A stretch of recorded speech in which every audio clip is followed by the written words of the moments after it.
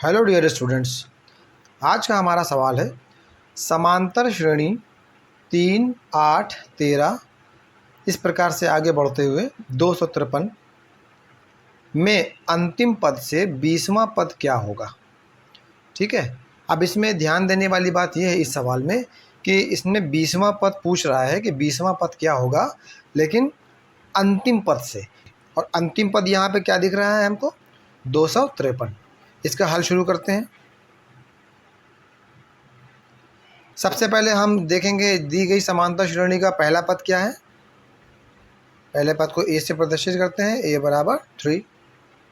ठीक है, अब हम सारवांतर डी के लिए आपको मालूम है सारवांतर कैसे निकालते हैं। लगातार आने वाले दो पदों का अंतर निकाल लें हम।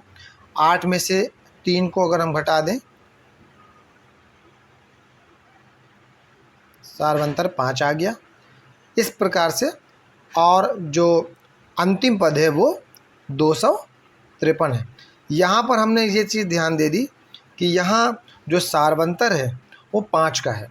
तो अब हम एक काम ये करेंगे, इस समांतर श्रेणी को हम रिवर्स ऑर्डर में लिखेंगे, या इसको आप कह सकते हैं इसको उलट के लिखेंगे। अब इसी समांतर श्रेणी को हम विपरीत क्रम से लिखने जा रहे हैं, यानी कि अवरोही क्रम, यानी आप ये भी कह सकते हैं घटते क्रम में। तो दी गई समांतर श्रेणी को 5 के अंतराल से अवरोही क्रम में लिखने पर हम इसको अंतिम पद से लिखना शुरू करेंगे। तो ये नई समांतर श्रेणी जो बनेगी वो बन जाएगी 253। अब 253 में 5-5 का अंतर हम करते जाएंगे, यानी 5-5 घटाते जाएंगे। ये आप मौखिक रूप से भी घटा सकते हैं। 253 में 5 गए 248, 248 में आप 5 घटा दीजिए 243, 243 में से आप 5 घटा दीजिए 238। इस प्रकार से चलते हुए और अंत में हम कहाँ तक जाएंगे, अंतिम पद इसमें क्या बन जाएगा 3, यानी कि आरोही क्रम में जो प्रथम पद था वो अवरोही क्रम में लिखने पर इसी श्रेणी का अंतिम पद बन जाएगा। ओके, तो यही समांतर श्रेणी अब हमने अवरोही क्रम में लिख ली। अब हम 20वें पद का सूत्र यहाँ लगा देंगे। समांतर श्रेणी का 20वां पद, फॉर्मूला क्या होता है, nवां पद बराबर a plus n-1 into D. तो अवरोही क्रम में लिखने के बाद जो नई समांतर श्रेणी हमें प्राप्त हो गई है, इस समांतर श्रेणी के लिए प्रथम पद हमारा क्या हो गया, ये प्रथम पद हो गया, पहला पद 253। तो a बराबर हम 253 रखेंगे। और सारवंतर d बराबर, सारवंतर के लिए पता है आपको, बाद वाले पद से पहले वाले पद को घटा देते हैं। तो 248 में से हम 253 को जब घटाएंगे तो कम वाली संख्या से ज़्यादा वाली संख्या घट रही है, तो घटने पे जो 5 आएगा ये 5 आएगा माइनस का। ठीक है, इस बात का ध्यान रखें, ये 5 जो सारवंतर आया है ये आया है माइनस का 5।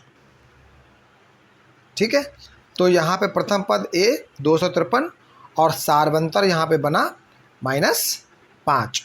तो उस प्रश्न में पूछा गया था 20वां पद। तो 20वें पद के लिए फॉर्मूला लगाया हमने, जो फॉर्मूला इसका होता है nवां पद के लिए an बराबर a प्लस ब्रैकेट में n-1 इंटू डी। यहाँ पे a हमारा प्रथम पद हो गया।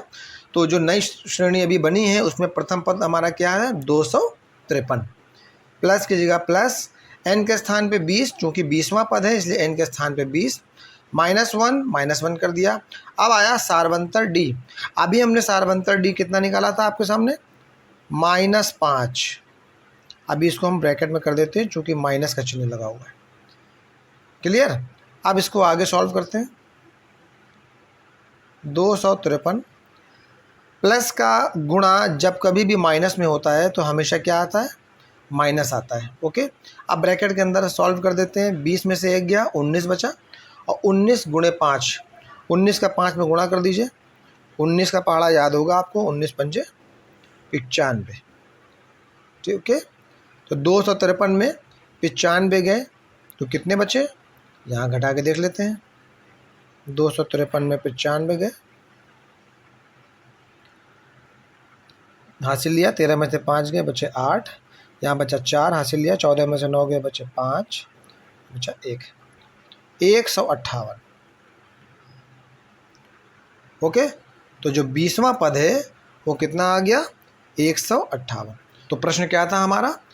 समांतर श्रेणी 3, 8, 13 से लेकर 253 में अंतिम पद से 20वां पद क्या होगा? तो क्या किया हमने? अंतिम पद से इस श्रेणी को हमने अवरोही क्रम में लिखा, और अवरोही क्रम में लिखने के बाद जो हमारा यहाँ पर अंतिम पद था वो प्रथम पद बन गया। ठीक है, अब प्रथम पद बनने के बाद जो नई श्रेणी हमने बना ली, उस श्रेणी के अनुसार 20वां पद हमने निकाल लिया। तो 20वां पद आ गया 158। अगर आपको इस चैनल में सवाल समझ में आ रहे हैं तो प्लीज़ लाइक ज़रूर किया कीजिए, और अगर आपने अभी तक सब्सक्राइब नहीं किया है चैनल को सब्सक्राइब कर लीजिए। मिलते हैं आपसे बोर्ड एग्ज़ाम के इम्पॉर्टेंट क्वेश्चंस के साथ में अगले वीडियो में। Thanks for watching.